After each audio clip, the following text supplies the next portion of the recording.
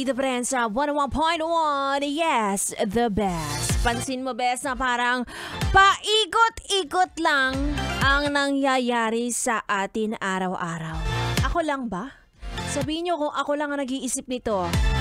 Napapansin ko rin sa aking paligid. Wala lang, parang paulit-ulit na lang. Parang walang bago, di ba?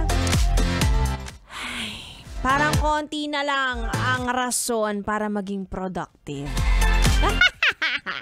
At ang konting rason na yon ay, alam mo na, alam mo ano sagot? Pera. Salapi. Yan, nakikita na alipin ka ng salapi. Sino bang hindi, ha?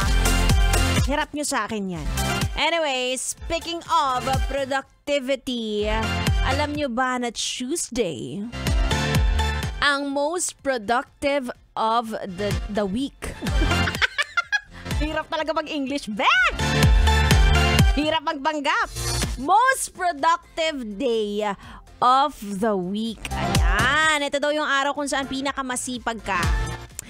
Maraming na-accomplish sa trabaho or sa buong araw. Ayan, diba? Ewan ko lang sa iba dyan. Yung iba dyan, hindi halata kasi araw-araw tamad. Pero supposedly, tuwing Tuesday daw, marami ka daw dapat na-accomplish in life.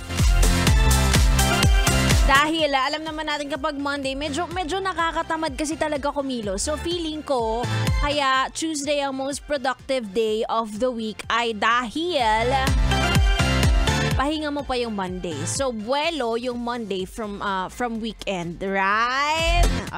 Pwede na ako maging scientist. Wala man lang ano ba tawag dito? Research, walang factual background. Bahala na kayo mag-research dyan. Ay nako, pero ito, so ano ba ang mga bagay na dapat mong i-accomplish sa work today?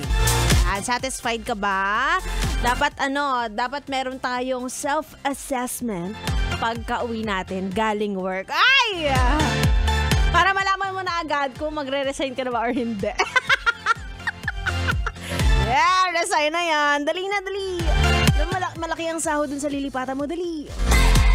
Ano nagsasabi sa'yo? Hindi pa toxic ang mga katrabaho. Hala!